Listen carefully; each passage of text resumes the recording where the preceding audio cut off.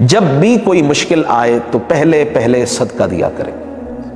اللہ کے بندوں کے ہاتھوں میں، اور صدقہ ایسی حالت میں دیا کریں جس سے آپ کا نام ظاہر نہ ہو، اگر ممکن ہو۔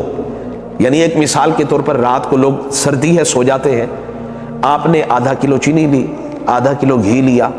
آدھا کلو اور آپ نے دیگر سامان لیا، لینے کے بعد اس کو ایک مضبوط شاپر کے اندر بند کیا، اور بند کرنے کے بعد جڈیلال میں وہ گھر جس گھر میں آپ کو لگتا ہے کہ چولہا نہیں جلتا، چپکے سے گئے، دروازے پہ دستک دی،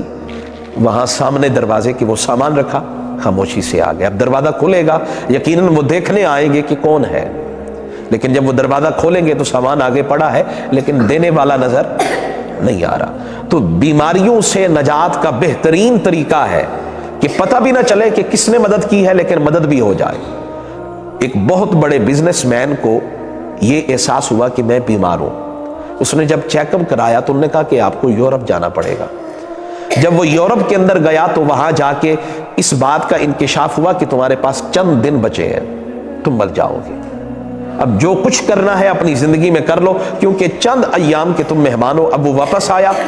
اب وہ زندگی کے آخری دن گزارنے لگا۔ بڑی قابل غور بات ہے، کہتے ہیں وہ ایک دن باہر نکلا تو اس نے دیکھا کہ گوشت کے ساتھ، گوشت بیچنے والا جو ہے اس کے پاس ایک عورت آئی کھڑی ہے،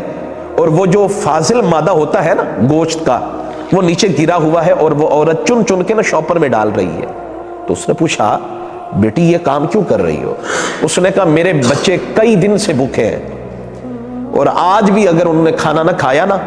تو بڑی مشکل میں مبتلا ہو جائیں گے۔ یہ میں فاضل چیزیں، اضافی چیزیں لے کر جا رہی ہوں، ان سے جو تھوڑا تھوڑا گوشت لگا ہے نا اس کو الگ کر کے دھو کر پھر اس کو میں گوشت بناؤں گی، سالن بناؤں گی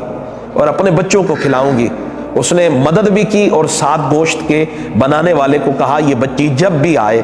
پیسے نہیں لینے، پیسے میں دوں گا لیکن اس کو گوشت دے دینا۔ یہ کام کرنے کے بعد چند دنوں کے بعد اس نے جا کر ڈاکٹر کو چیک اپ کرایا، انہوں نے کہا جی ہم حیران ہیں،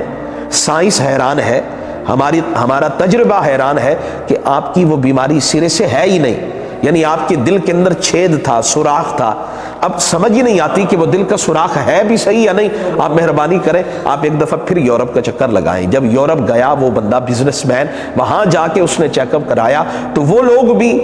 ایک دفعہ حیران ہو گئے، دنگ رہ گئے۔ انہوں نے کہا جی جس بیماری کے بارے میں ہم نے آپ کو بتایا تھا وہ بیماری چند دن پہلے تھی لیکن اب نہیں ہے، پتہ نہیں اب یہ علاج آپ نے کہاں سے کرایا؟ تو اس بزنس مین نے کہا جی میں وہاں سے علاج کراتا رہا جہاں سے میرا علاج ہونا نہیں تھا،